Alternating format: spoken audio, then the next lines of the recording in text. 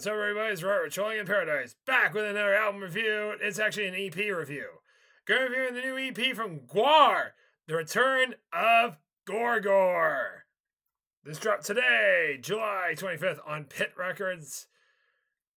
I gotta go over who GWAR are, and I gotta go over them. GWAR is a thrash metal band from Richmond, Virginia. They've been around since 1984. Their first album came out in 1988. It was more on the punk side. They went into the thrash territory, starting with the Scumdogs Universe album in 1990.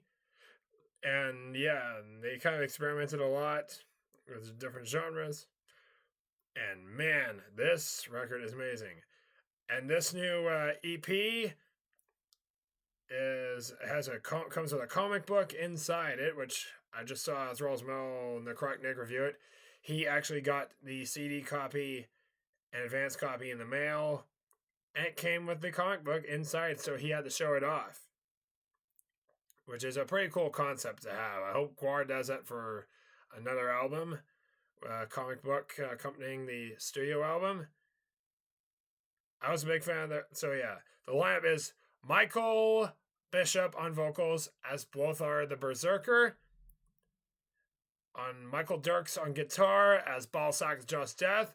Tommy Meehan on guitar. He came from the band Cancer Christ, who I reviewed that Cancer Christ album last year, which was pretty brutal.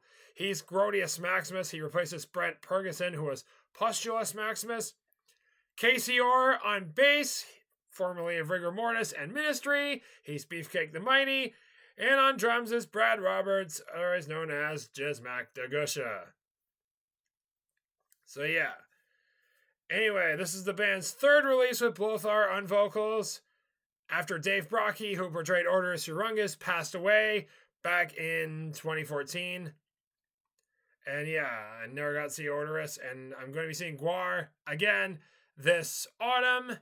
Actually wearing the shirt from the last time I saw them, which was last year. Anyway, I'm going to go over the track listing. There are 7 songs. 4 of them are live tracks. There's 3 studio tracks. First track is the single that I really like off it, The Great Circus Train Disaster. Obviously all about a circus train disaster, the T-Rex Gor-Gor destroying the circus train.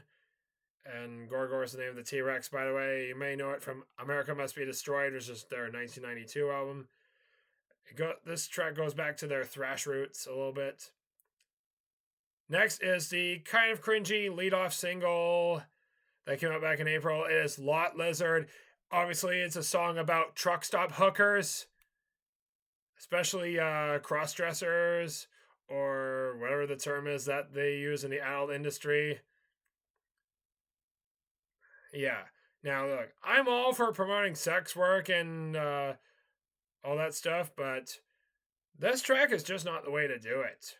With a song like Lot Lizard, it's probably not the way to do it if you're going to promote sex work. Tyrant King is the third and final studio track. And yeah, it's obviously about the T-Rex Gor-Gor, which they reference say his name quite a bit in the song. So yeah. Anyway, I'm going to get a drink of water because it is,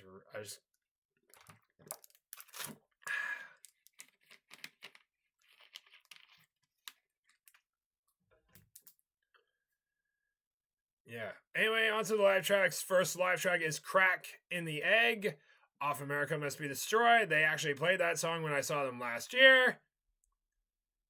And they did a solid performance of it. They had that platypus thing, which sucked on Blothar's codpiece.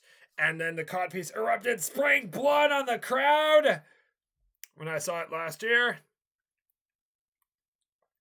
And then after that, it's the Founding Fathers, which is kind of a skit. It's now I know I love GWAR. I've seen them live a few times. I'm going to see them again this October for the 4th time.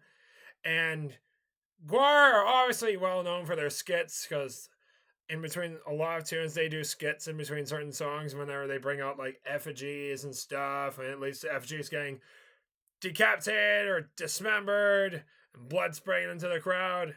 And it leads into the instrumental track, America Must Be Destroyed, which is kind of a pointless track. But,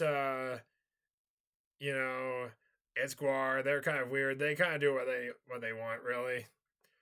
And the last song is the worst track in there. It is a song off We Kill Everything. It is one of the band's cringiest moments. It's called Fish Fuck, which they also played when I saw them last year. And that song is easily the cringiest moment for GWAR from back when they had Odorous in the band. Yeah, this was a really good EP. Hearing those 3 studio tracks and everything, I didn't bother listening to the live tracks. Aside from Lot Lizard, which I kind of thought was kind of cringy, but other than that, EP is really good. It's 8 out of 10. Probably might be the best EP of the year from one of the best metal bands out there, and I was a big fan of their last album, their last full-length, New Dark Ages, which I thought was really good. I actually caught them live. It was the album of 2022 for me. And if I was doing videos back then, I probably would have had in the top 5 for sure. Anyway, yeah. And the reason why I gotta get through this real quick, yeah, still trying to get over what's been going on. It's been a really rough week. Of course, this past Tuesday we lost Ozzy Osbourne, and then we lost a wrestling legend Hulk Hogan yesterday, as well as losing George Quaymans, the guitarist of Golden Earring. So yeah, rest in peace to all 3 of those guys. All 3 of those guys will be missed. They're all up there with Dave Brockie. I hope they're having a good time up in heaven with Dave Brockie. Anyway, that'll do it for now. I'll see you later.